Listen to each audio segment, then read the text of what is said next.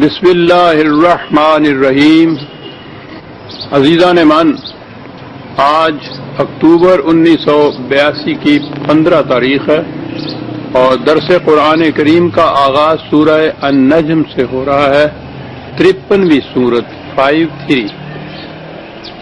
آپ کو یاد ہوگا کہ سابقہ 2 درسوں میں میں نے اس سورہ کی تشریح کی تمہید میں یہ عرض کیا تھا کہ یہ جو عام ہمارے ہاں عقیدہ ہے کہ نبی اکرم صلی اللہ علیہ وسلم کے معراج سے متعلق مکہ سے بیت المقدس تک جانے کے لیے سورہ اسرائیل کی پہلی آیت اور وہاں سے پھر آسمانوں کی طرف جانے اور اللہ تعالیٰ سے ملاقات کرنے کے لیے سورہ النجم، تو میں نے 2 درسوں میں تشریح سے بتایا تھا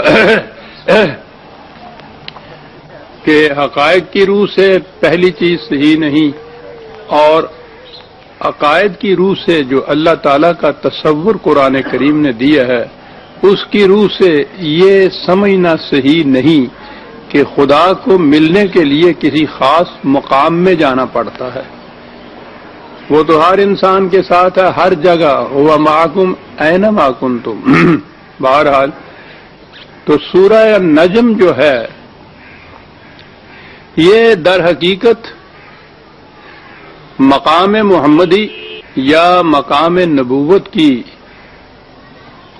تشریح کی گئی ہے۔ یوں تو قرآن کریم کا اسلوب اور انداز منفرد اور بے مثال ہے، لیکن بعض صورتیں ایسی ہیں جن میں وہ انداز اپنی معراج تک پہنچا ہوا ہے، جامعیت کے اعتبار سے بھی، حسن و خوبی کے اعتبار سے بھی۔ اور جہاں تک میں نے قرآن کریم کا مطالعہ کیا، اور یہ قریباً 50 سال تک میری مدت ہے، یہ صورت جو ہے سر فہرست نظر آتی ہے اس نقطۂ نگاہ سے، ورنہ قرآن کا تو ہر لفظ قرآن ہے، ایک ایک لفظ ہے اس کے اندر، ایک حصہ اس کا وہ دنیا ماوراء الکائنات جسے کہتے ہیں، میٹا فزکس جسے کہتے ہیں، اس خارجی دنیا سے ماوراء دنیا جو ہے اس کے لیے تو ہم کوئی نام ہی تجویز نہیں کر سکتے، اس کا تصور بھی نہیں آ سکتا، جہاں سے وحی ملتی تھی انبیاء کرام کو، تو اس کا ایک حصہ تو اس سے متعلق ہے۔ اب آپ غور کیجئے کہ ماورائے کائنات جو ہے وہاں کے متعلق کچھ گفتگو ہو رہی ہے ہماری زبان میں، تو کس قدر جامعیت اور ارتکاز اس کے اندر ہوگا، یہ چیز ہے اس صورت کے اندر۔ پھر اگلا حصہ اس کا اس وحی کو نبی اکرم صلی اللہ علیہ وسلم نے جس طرح سے اس دنیا میں متشکل کرنا تھا ایک نظام کی شکل میں، وہ حصہ وہ بھی ایک 2 لفظ کی ایک آیت ہے، لیکن پوری جامعیت اس کے اندر آ گئی ہے کہ کیا کن خصوصیات کی ضرورت ہے اس رسالت کے لیے۔ میں عرض کر دوں، سمجھنے کے لیے یوں کہیے کہ خدا کی طرف سے رسول اللہ صلی اللہ علیہ وسلم کو یا نبی کو جو وحی ملتی تھی اسے آپ نبوت کہہ لیجئے، اور اس وحی کو انسانی دنیا میں ایک عملی نظام کی شکل میں متشکل کرنے کا جو فریضہ تھا اسے آپ رسالت کہہ لیجئے۔ نبوت کے مقام پہ بھی نبی اکرم صلی اللہ علیہ وسلم بلند ترین مقام پر آئے تھے کہ آخری کتاب خدا کی مکمل غیر متبدل حضور کو دی گئی۔ اس سے پیشتر انبیاء کرام جتنے آئے ہر ایک کو خدا کی طرف سے وحی اور کتاب ملی، لیکن کسی کتاب کی یہ خصوصیت نہیں تھی کہ وہ آخری کتاب تھی۔ تو اس اعتبار سے میں نے نبی اکرم صلی اللہ علیہ وسلم کی سیرت طیبہ کو قرآن کریم سے مرتب کیا، اور اس کا نام ہی میں نے معراج انسانیت رکھا۔ حضور شرف انسانیت کے معراج کبریٰ پر فائز تھے، اور یہ جو سورہ النجم ہے کوئی 30 سال پہلے میں نے اس کی بھی تشریح لکھی تھی، اس کا نام بھی مقام محمدی میں نے رکھا تھا۔ یہ نبوت اور رسالت دونوں کی جو انفرادی خصوصیات ہیں یہ صورت ان کی جامع ہے۔ یورپ میں ایک تحریک اٹھی تھی ہیومنزم، نشانات تو اس کے اب بھی ہیں لیکن وہ آگے چلی نہیں تھی۔ وہ لوگ کہتے تھے کہ انسانوں کو واقعی کسی مذہب کی تو ضرورت ہے، لیکن وہ مذہب وحی یا خدا کی طرف سے آئی ہوئی تعلیم پر مبنی نہیں ہونا چاہیے تھا۔ چنانچہ اس تاریخ کا وہ جولین ہکسلے ایک ممتاز حیثیت رکھتا تھا، اس نے کتاب ہی یہ لکھی تھی کہ ریلیجن وداؤٹ ریولیشن، مذہب وحی کے بغیر۔ تو اس نے لکھا تھا، ایک دفعہ کہا تھا کہ میں جس قسم کے انسانوں کے بنائے ہوئے مذہب کی تلاش میں ہوں، اس کے متعلق چاہتا یہ ہوں کہ وہ ایسے انداز میں پیش کیا جائے، یہ اس کے الفاظ ہے، کہ جو ایک طرف ایسا سلیس اور سادہ ہو کہ عام سطح کے انسان بھی اس سے نفع انداز ہو سکے، اور دوسری طرف اس قدر عمیق اور پرمعنی کہ بلند پایا مفکر بھی اس سے مطمئن ہو جائے۔ قرآن کریم میں یہ دونوں خصوصیات موجود ہیں۔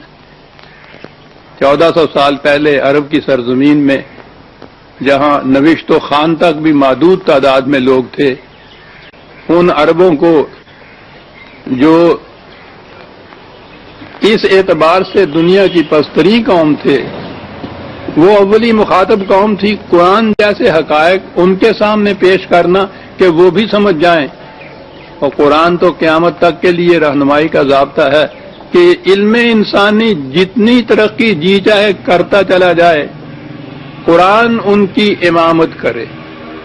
تو آپ سوچئے کہ ایک ہی کتاب جس کی یہ کیفیت ہو، اس کا انداز کس قدر منفرد اور جامع ہوگا۔ یہی انداز ہے قرآن کریم کا۔ اب اسی صورت میں ان عربوں کو پہلے یہ سمجھانا ہے کہ رہنمائی کے لیے اس قسم کے نشانات ہونے چاہیے جو مٹے نہیں، جو بدلے نہ جائیں، جو دھوکہ نہ دیں، جو کہیں ساتھ نہ چھوڑ جائیں۔ اب ان عربوں کو یہ بات سمجھانی تھی۔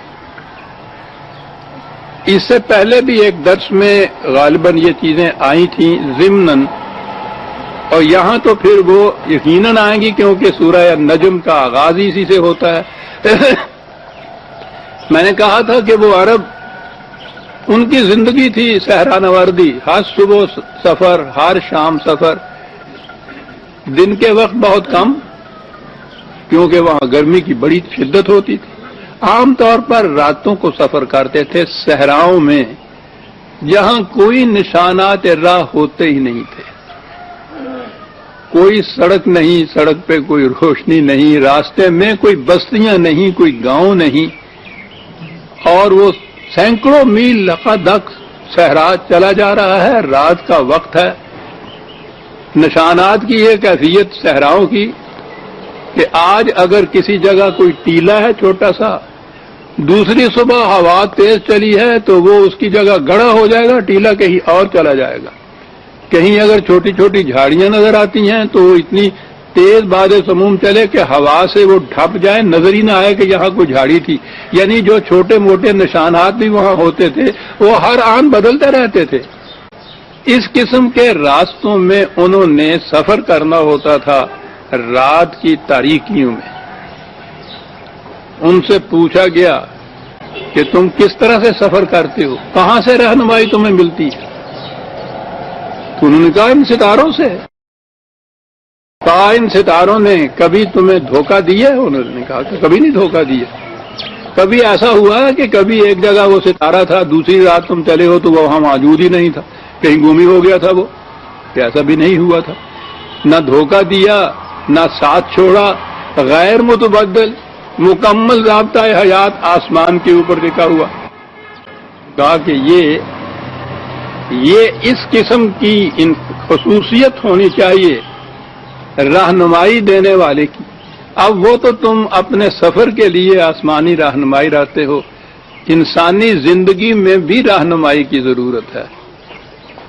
تو کہو اگر وہاں بھی اسی قسم کا ایک ضابطہ رہنمائی ملے جیسے آسمان کے ستاروں کا ہے تو وہ تمہاری مشکلات کو کس قدر آسان کر دے گا. یہ تھی بات جو ان سے کہنی تھی انہوں نے. ابتدائی یہاں سے کی.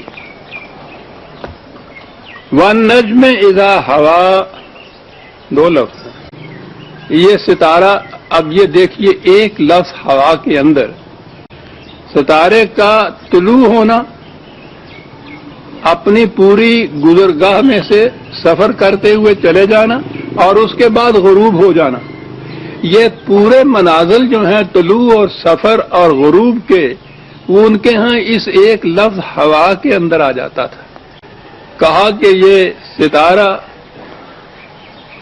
جو طلوع ہوتا ہے ایک خاص گزرگاہ میں سفر کرتا ہے، ایک خاص مقام پر جا کے غروب ہو جاتا ہے.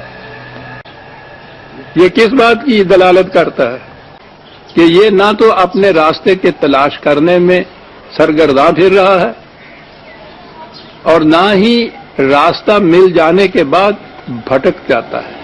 کہا یہ بات ہے نا، کہا اگر یہی چیز تم کہتے ہو کہ ماد اللہ صاحبکم وما غوا، کیا ربط ہے، کیا بات ہے.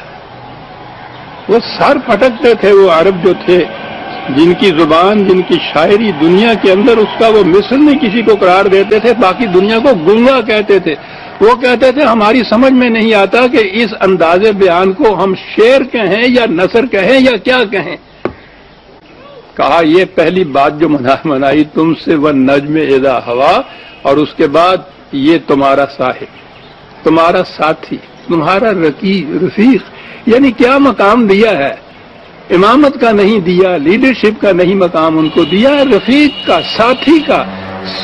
وہ اس طرح سے جیسے کہ کارواں کے افراد ایک دوسرے کے ساتھی ہوتے ہیں، یہ نام لے کے پکارا ہے، ماد اللہ صاحبکم.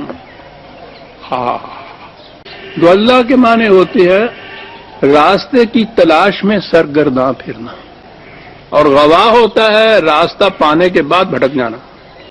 جس راستے کے نشانات بدلتے ہوں روز، جیسے کہ ان کے ہاں صحرا کے نشانات بدلتے تھے، ابھی میں نے عرض کیا، اس میں تو یہ ہو سکتا ہے کہ راستہ ملتے جائے ایک دفعہ، لیکن دوسری صبح اٹھیں تو وہ نشانات گم ہو چکے ہوں یا وہ بدل چکے ہوئے ہوں. یہ غوا ہوگا، بھٹک جانا ہوگا. کہا یہ جو جس راستے کی طرف رہنمائی تمہاری کرتا ہے، نہ تو یہ راستے کی تلاش میں مارے پھر رہا ہے، نہ راستہ پانے کے بعد بھٹک گیا ہے. وہی کی طرف سے جو راستہ ملتا ہے اس کی بنیادی خصوصیت یہ بتا دی، وہ پا لیتا ہے اس راستے کو اس لیے کہ اس کی اپنی کاوشوں کا نتیجہ نہیں ہوتا کہ وہ سرگرداں پھرے راستے کی تلاش میں. جس نے خود راستہ تلاش کرنا ہو وہ تو سرگرداں پھرے جانا.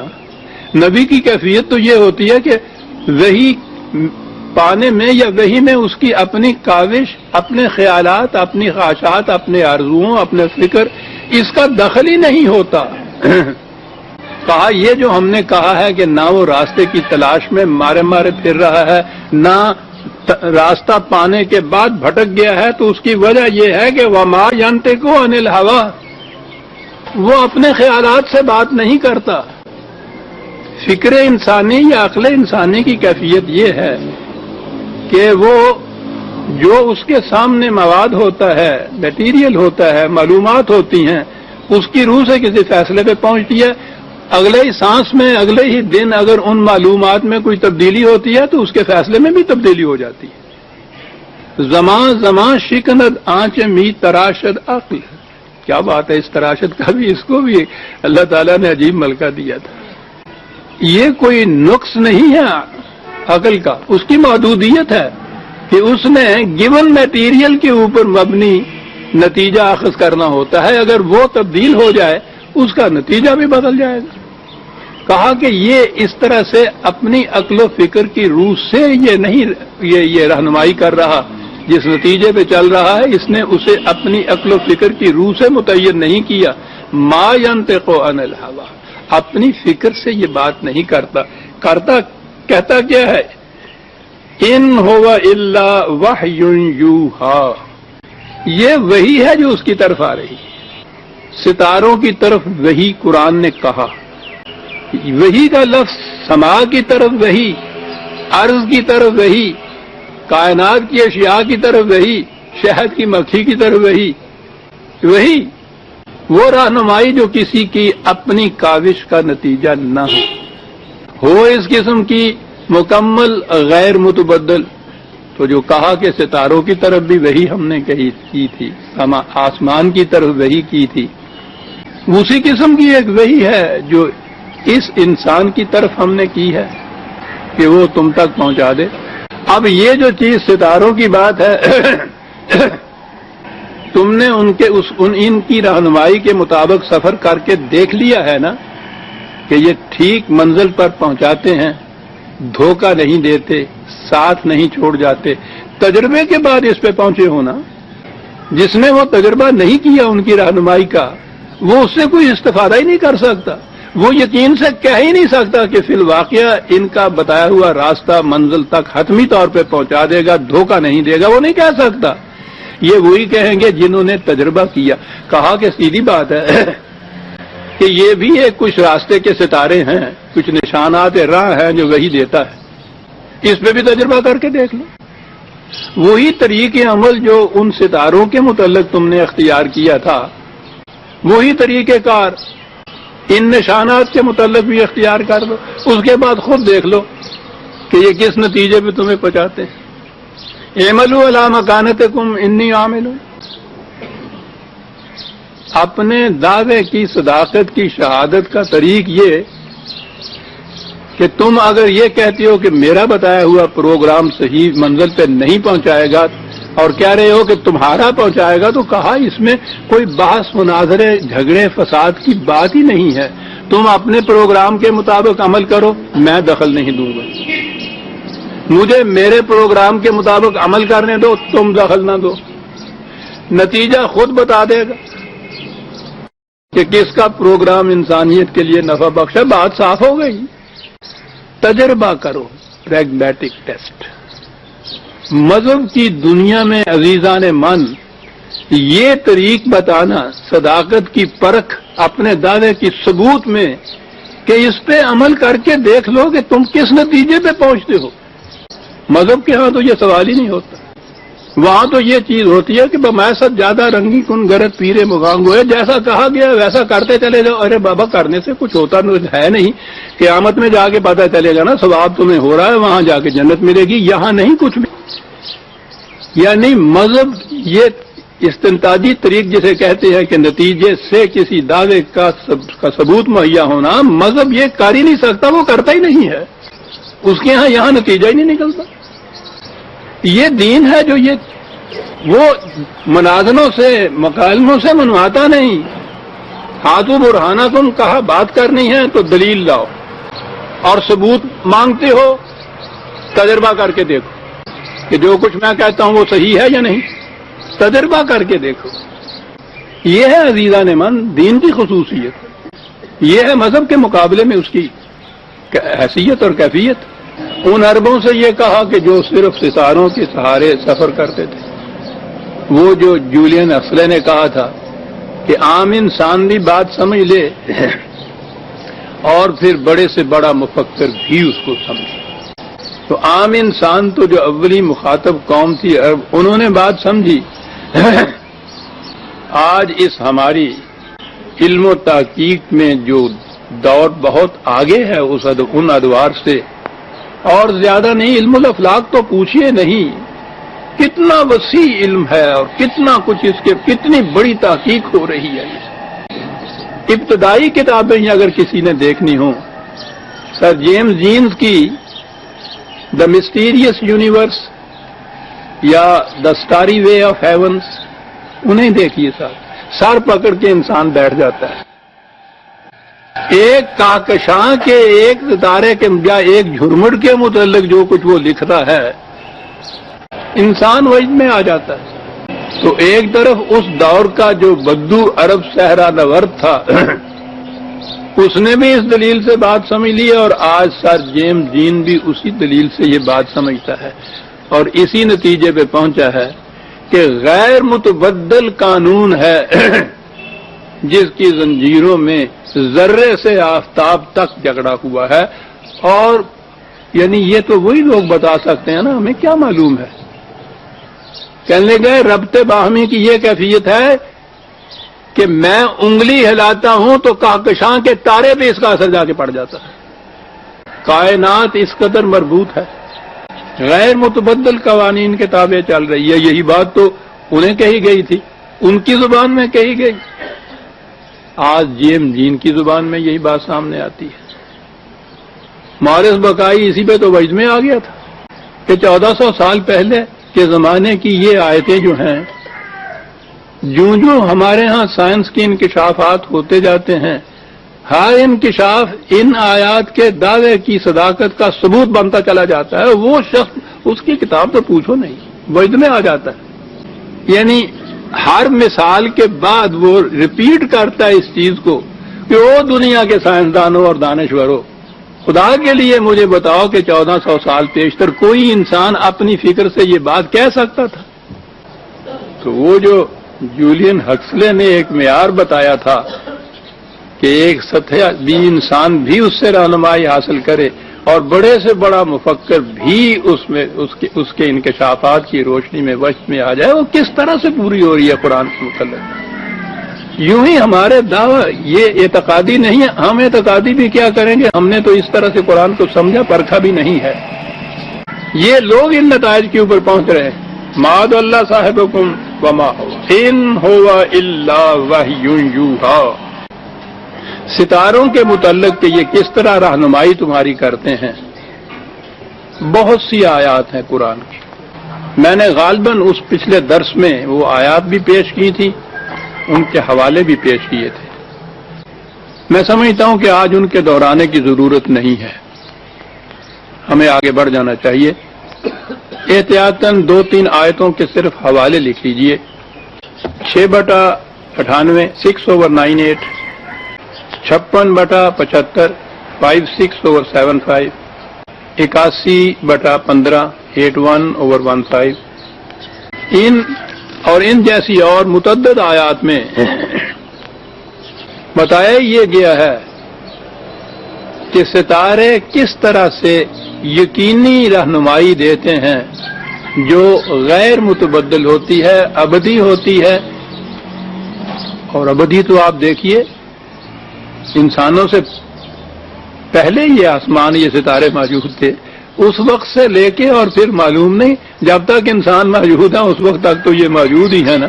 غیر متبدل اس طرح سے کہ یہ اتنا زمانہ جو ہے اس کو تو ہم کیلکولیٹ بھی نہیں کر سکتے کہ یہ کتنا لمبا ہو گیا، لیکن وہ اسی طرح سے غیر متبدل طور پر ان کی روشیں ہیں، ان کے نشانات ہیں. یہ چیز کہ غیر متبدل ہو، مکمل ہو، ستاروں کی دنیا سے شہادت پہنچائی اور انسانوں کی دنیا میں جو وحی کے پر مبنی قوانین ہیں ان پر منطبق کیا اپنے نتیجے کو. آگے بڑھیے. وہی ہے علمہ شدید القوا، نبی کو یہ علم دیا ہے اس خدا نے جو بڑی قوتوں کا مالک ہے. غور کیجئے گا کتنی عظیم حقیقت ہے جو اس میں بیان ہو گئی. نصیحت کی باتیں، اخلاقیات کی باتیں واض و نصیحت کے طور پر ساری دنیا میں ہوتی چلی جاتی ہے. مذہب واز ہی کہتا ہے، دین واز نہیں کرتا. دین متمکن کرتا ہے اپنے نظام کو، تمکن ہے، اسٹیبلش کرتا ہے، مخالفین کی قوتوں کا جواب دیتا ہے، ان سے ٹکراؤ ہوتا ہے، پھر اس نظام کو قائم کرتا ہے، مستحکم رکھتا ہے. قوت کی ضرورت ہوتی ہے. دین کو تمکن کے لیے قوت کی ضرورت ہوتی ہے، مذہب کو نہیں. یہی تو سارا جھگڑا تھا تاریخ پاکستان کے دوران. کئی دفعہ میں کہہ چکا، وہ یہ کہتے تھے کہ یہاں ہمیں نماز روزہ حج زکات کی اجازت ملتی ہے، نکاح طلاق کی بھی اجازت ملتی ہے، اس کے لیے الگ مملکت کی کیا ضرورت ہے، الگ طاقت قوت کی کیا ضرورت ہے؟ ٹھیک ہے، ضرورت ہی نہیں. لیکن دین کو متمکن کرنے کے لیے تو اپنی مملکت کی بھی ضرورت ہے، اور اس مملکت کو قائم رکھنے کے لیے قوت کی بھی ضرورت ہے. جہاں علمہ کہا، علم دیا اس نے، تو یہاں تک تو معاملہ صرف تعلیم تک کا نظر آتا ہے. کس نے دیا؟ شدید القوا، بہت بڑی قوتوں کا مالک ہے وہ. اس لیے وحی اور وحی کی تعلیم کے ساتھ قوت کی ضرورت ہے. آسانہ ہو تو کلیمی ہے کار بے بنیاد. پھر اگلی بات یہ کہ عربوں کے ان قافلوں کو بھی ضروری نہیں تھا کہ ایک قافلے کو عمر بھر ایک ہی راستے پہ چلنا ہوتا تھا، مختلف مقامات کی طرف جانا ہوتا تھا، مختلف منازل کی طرف سفر کرنا ہوتا تھا. الگ الگ متعدد راستے تھے، منازل الگ الگ تھیں. انسانی زندگی کی بھی یہ کیفیت ہے. زندگی کے تقاضے ایک فرد کی زندگی میں بھی مختلف عمر میں اس کے تقاضے بدلتے رہتے ہیں. حتیٰ کہ میں نے شاید کسی درس میں یہ بھی کہا تھا کہ یہ تو بچے کے پیدا ہونے کے ساتھ اس کے رزق کے چشموں سے جو دودھ اس کو ملتا ہے، وہ شروع میں اس میں غذائیت بہت کم ہوتی ہے، پانی زیادہ ہوتا ہے، کیونکہ اس کا معدہ زیادہ غذائیت بالخصوص جو فیٹ اس میں ہوتی ہے اسے ہضم نہیں کر سکتا، پانی زیادہ اس میں ہوتا ہے. اب تو خیر وہ تخصیص ہی مٹ گئی ہے. گوالوں کے ہاں سے جو دودھ آتا ہے کہ کبھی گاڑھا ہوتا ہے کبھی پتلا ہوتا ہے، انہوں نے یہ مساوات جو ہے نا اس میں یہ فرق ہی مٹا دیا ہے. ایسا پہلے کبھی ہوتا تھا ایسا تو پوچھا کرتے تھے یہ دودھ پتلا کیوں ہے؟ وہ کہنے ہوتا سی جی یہ مجھ تازہ سوئی ہوئی ہے نا. یہ ٹھیک بات تھی. اور وہاں تک نہ بھی جائیں تو گھروں کے اندر جو مائیں بچوں کو دودھ دیتی تھی ان کی کیفیت، اور یہ ہے اس کی ربوبیت کہ جوں جوں بچے کی عمر بڑھتی چلی جاتی تھی از خود وہ دودھ گاڑھا ہوتا چلا جاتا تھا. از خود اس کی عمر کے ساتھ جو اس کا تقاضا ہے غذائیت کا، جب اس نے اپنے ذمے لی ہے نا وہ ربوبیت جسے وہ رحمت کہتا ہے، تو اس کے اوپر کنٹرول کی کیفیت یہ ہے کہ جوں جوں اس کی عمر زیادہ ہوتی ہے اس کی پرورش میں غذائیت کا تقاضا مختلف ہوتا چلا جاتا ہے. جو غذا دی جاتی ہے اسے خدا کی طرف سے اس میں اسی نسبت سے خود بخود تبدیلی ہوتی چلی جاتی ہے. کھانگڑ میں ہی کہندے ہوندے سن ساڈے، ہن کتے مہیاں ہی نہیں، اگلے پوچھنے پتہ ہی نہیں لگنا بھی مہی کی ہوندی ہے تے کھانگڑ دا کیویں پتہ لگو انہاں نوں. یہ نظام ہے اس کی ربوبیت کا. ایک فرد، یہ تو ابھی بچے کی زندگی ہے، آگے بڑھتے چلے جائیے. فرد کی پوری زندگی میں آپ غور کیجئے کہ آپ کی ضروریات کے تقاضے کتنے مختلف ہوتے چلے گئے. آپ کی زندگی کتنی مختلف گزرگاہوں سے گزری. کہا کہ جب خدا نے اپنے ذمے یہ چیز لی ہے تو یہ نہیں کہ اس نے ایک ہی دفعہ ایک ہی ماپ کی کوئی ایک چیز دے دی اور کہا کہ ہاں صاحب ساری عمر اسی پہ گزر کرو. کہا نہیں، یہ بات نہیں. وہ اگر شدید القوا ہے، قوتیں ہیں اس کے پاس، کنٹرول ہے اس کا، اس کے ساتھ ہی وہ ذو مرتن ہے، زندگی کی مختلف گزرگاہوں کا مالک ہے. میں نے عرض کیا تھا عزیزان مان، ایک ایک لفظ ہے، معنویت کی ایک دنیا اس کے اندر پوشیدہ ہے. خالی قوت والا جو ہے وہ ایک ہی چیز جانتا ہے، لٹ، شمشیر، بندوق، اور ایک ہی طریقہ جانتا ہے، یا مان لو یا چلی. لیکن جس نے ربوبیت کے تقاضے پورے کرنے ہوتے ہیں اس کے لیے ضروری ہے کہ وہ ہر دور کے تقاضوں سے واقف ہو اور اس کو کنٹرول حاصل ہو اس کے متعلق ربوبیت کا. شدید القوا، علمہ سے تعلیم، شدید القوا سے قوت، ذو مرتن سے یہ کہ زندگی کی تمام گزرگاہوں کا مالک بھی، جاننے والا بھی، یہاں تک آیا وحی دینے والے خدا کے متعلق۔ اب اس کے بعد آیا وہ نبی جس کو یہ وحی دی گئی تھی، اور پھر رسول جس نے اس وحی کے مطابق یہاں انسانی معاشرہ کو متشکل کرنا تھا۔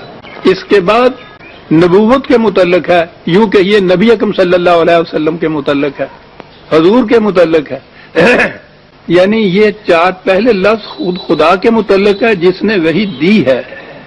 اب آگے وہ رسول آتا ہے جس کو وحی دی گئی اور جس نے اس وحی پر عمل کرنا ہے۔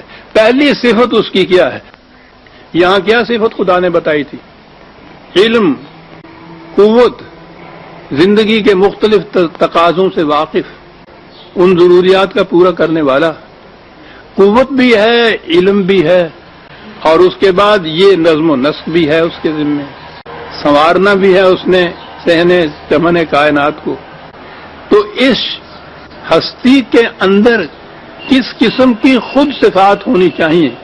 قوت بھی ہونی چاہیے، علم بھی ہونا چاہیے، ربوبیت بھی ہونی چاہیے، رحمت بھی ہونی چاہیے، زندگی کے مختلف تقاضوں سے واقف بھی ہونا چاہیے۔ دو ہی چیزیں اگر آپ لے لیں کہ قوت بھی ہونی چاہیے، ربوبیت بھی ہونی چاہیے، اگر ایک ہی چیز اس کے اندر ہو تو اس فریضے کو سر انجام ہی نہیں دے سکتا۔ فریضہ یہ چاہتا ہے کہ اس کے اندر علم بھی ہو، قوت بھی ہو، ربوبیت بھی ہو، رحمت بھی ہو۔ ایک ہی ذات کے اندر یہ متضاد کیفیات اگر ہوں اور ان متضاد کیفیات یا خصوصیات یا صفات میں توازن اگر نہ ہو، وہ فساد برپا کر دے گا۔ اگر قوت بڑھ گئی چنگیز خاں ہو جائے گا، قوت نہ رہی، کم ہو گئی، صرف علم ہی رہا اس کے اندر، تو وہ مولوی صاحب تو بن جائے گا۔ کائنات کے اندر دین کے نظام کو متشکل کرنے والا نہیں بن سکتا۔ قوت اگر ہو اور علم نہ ساتھ اس کے ہو تو پوچھیے نہیں پھر وہ کیا بنتا ہے۔ اگر اس کا نسب العین رحمت نہ ہو، قوت ہی ہو، ہڈیاں توڑ کے رکھ دیتا ہے۔ تو ضرورت ہے کہ اس کے اندر یہ ساری خصوصیات ہوں اور ان کے اندر پرپورشن صحیح ہو۔ یہ آج کے سائیکالوجسٹ سے پوچھ کے وہ پرپورشن پہ کتنا زور دیتا ہے۔ یہ جتنے نفسیاتی امراض جنہیں ہم کہتے ہیں نا، پھر بات میں سے بات نکلے گی۔ ہمارے ہاں تو اس 20ویں صدی میں جا کے یا زیادہ سے زیادہ 19ویں صدی میں ابتدا ہوئی۔ یہ جو سائیکالوجسٹ ہے، یہ سائیکالوجی کا علم ہی ابھی حال کی ہی ان کے ہاں کی انکشاف کہیے یا وضع کردہ کہیے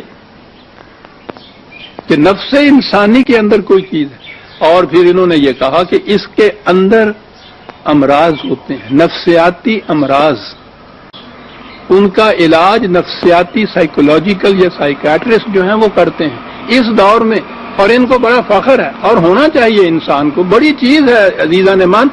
میں تو یہ دیکھ رہا ہوں کہ اس کے بعد دور ہی اس کا آنے والا ہے۔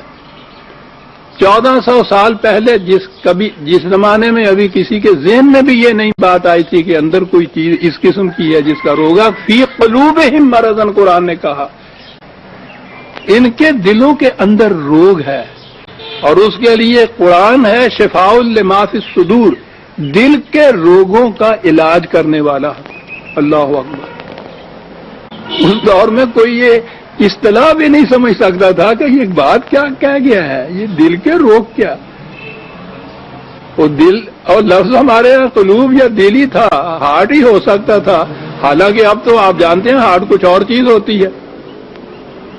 سائیکے جو انہوں نے ایک ٹرم اپنے یہاں وضع کی ہے، یہ اس سے بالکل مختلف ہے۔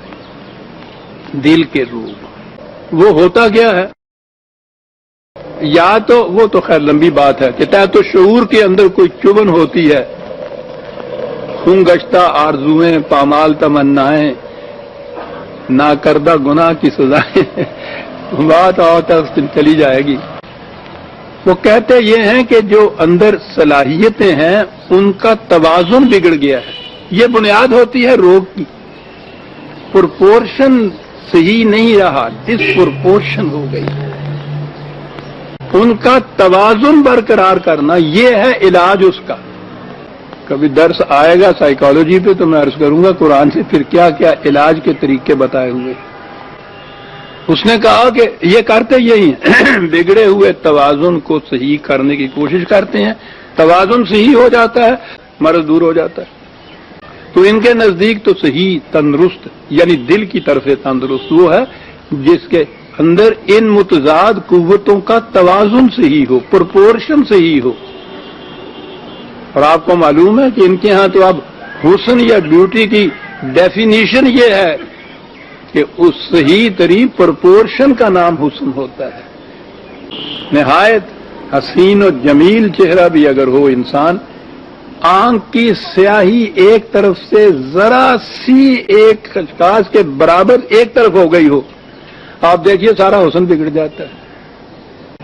ذرا ڈسپرپورشن پرفیکٹ پرپورشن اگر کہیں ہے تو وہ شخصیت ہے جو اس معیار پہ پوری اترتی ہے. علم اور قوت ذو مرتن کے بعد حضور کے متعلق فرمایا فاستوا، بیلنسڈ پرسنالٹی والی شخصیت ہے یہ. دنیا حیران ہے کہ حضور نے یہ انقلاب کیسے برپا کر دیا. فاستوا، استوا کہتے اس کو. پھر میں عرض کروں کہ یہ لوگ سمجھیں گے جس کا پرپورشن بگڑتا ہے نا وہ اپنی جگہ کھڑا نہیں رہ سکتا. ایک کرسی کے 4 پاؤں میں سے ایک پاؤں ذرا ایک ٹانگ اس کی کہہ دیجئے اس کو چھوٹا کر دیجئے باقی 3 کے مقابلے میں دیکھیے وہ کرسی ٹھہر ہی نہیں سکتی. کوئی چیز بھی آپ دیکھیے گا جو توازن کے سہارے کھڑی ہے اس کے توازن میں ذرا سا فرق پیدا کر دیجئے وہ کھڑے نہیں رہ سکتا. عجیب بات تھی ان عربوں کی. یہ استوا کا لفظ جو تھا وہ تھا وہ جو صحیح طور پر کھڑا ہی نہ رہ سکے، جس کا توازن اس طرح سے بگڑ جائے.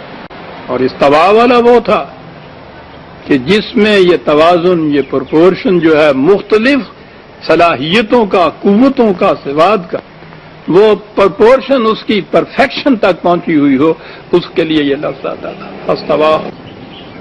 حضور کی ساری سوانح حیات اس ایک لفظ کے اندر آ جاتی ہے عزیزان مان. استوا ٹھیک ہے، اپنی ذات میں تو یہ ہوا. کیا بات ہے جو آگے بات آ رہی ہے عزیزان مان. وقت بھاگتا جا رہا ہے. اپنی ذات میں استوا بھی ہو، توازن بھی ہو، پرپورشن بھی ہو، حسن بھی ہو، ان خوبیوں کا مالک بھی ہو، اور وہ کہیں الگ تھک خلوت گاہوں کے اندر بیٹھا ہوا ہو، آسمان کی بلندیوں پہ ایک طرف کہیں ہو. ہمیں کیا فائدہ اس ابن مریم ہوا کرے کوئی، میرے دکھ کی دوا کرے کوئی. تصوف اور نبوت میں فرق ہی یہ ہے. ان وادیوں میں سے تو میں گزرا ہوں.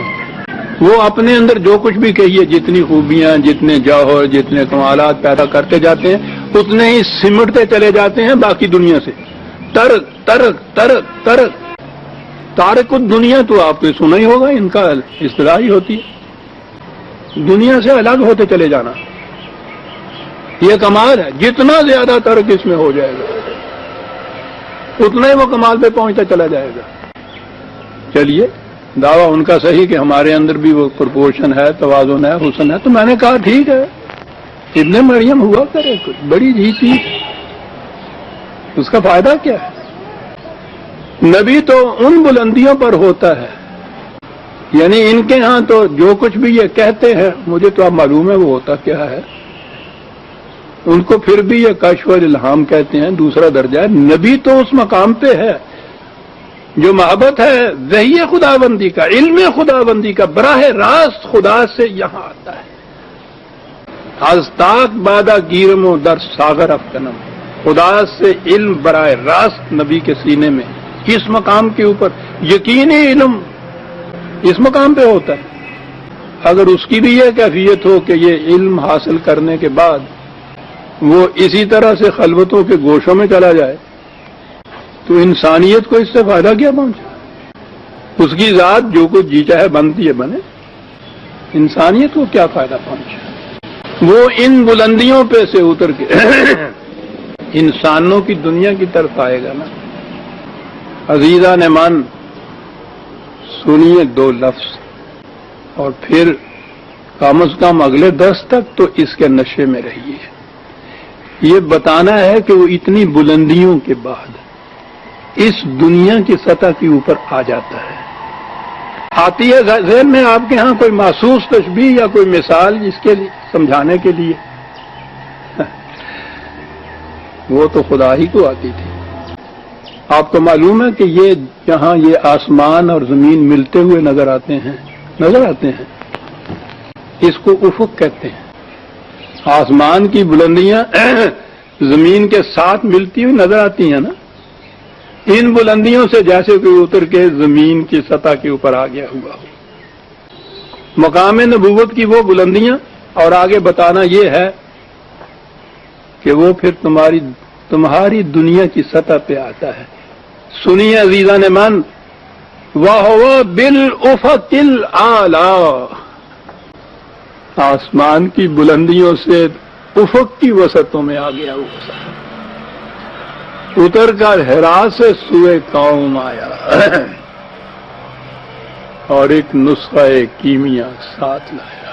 بالافق الاعلی، یعنی سوچیے عزیزان من، میں تو اپنی کیفیت بتاتا ہوں کہ یہ چیز جب تک ذہن میں نہیں تھی، اس کو بیان کرنے کے لیے محسوس شکل میں کہ اتنی بلندیوں سے اتر کے وہ انسانی دنیا کے اندر یوں آ گیا، اسے کس طرح سے ادا کیا جائے. بہرحال زیادہ نہیں تو اپنی بھی تو یہ کیفیت ہے، عمر گزر گئی ہے لفظوں سے کھیلتے ہوئے، نہیں ذہن میں آ سکتی تھی اس قسم کی تامہ تشبیہ.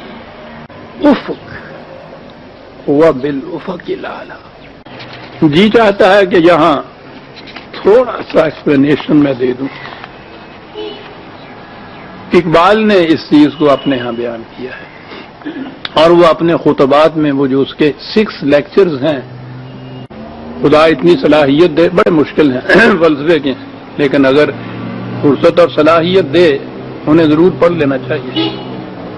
ٹھیک ہے، جو آپ قرآن میں آگے بڑھیں گے بعض مقامات میں آپ کو اختلاف بھی دے گا، لیکن من حیث بلندیوں پہ پہنچ کے وہ لکھے ہوئے ہیں. بہرحال بات میں کہہ رہا تھا کہ وہ تصوف میں اور اس رسالت میں فرق کرتے ہیں اس لیکچرز کے اندر. ہمارے ہاں ایک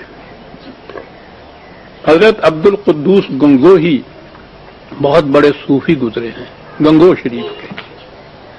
ان کا ایک قول نقل کیا اقبال نے. ان کا قول یہ تھا کہ محمد عربی صلی اللہ علیہ وسلم فلک الافلاق کی بلندیوں پر پہنچ کر واپس تشریف لے آئے. خدا شاہد ہے کہ اگر میں اس مقام پر پہنچ جاتا تو کبھی واپس نہ آتا. اقبال لکھتا ہے کہ یہ الفاظ ایک بہت بڑے صوفی بزرگ کے ہیں.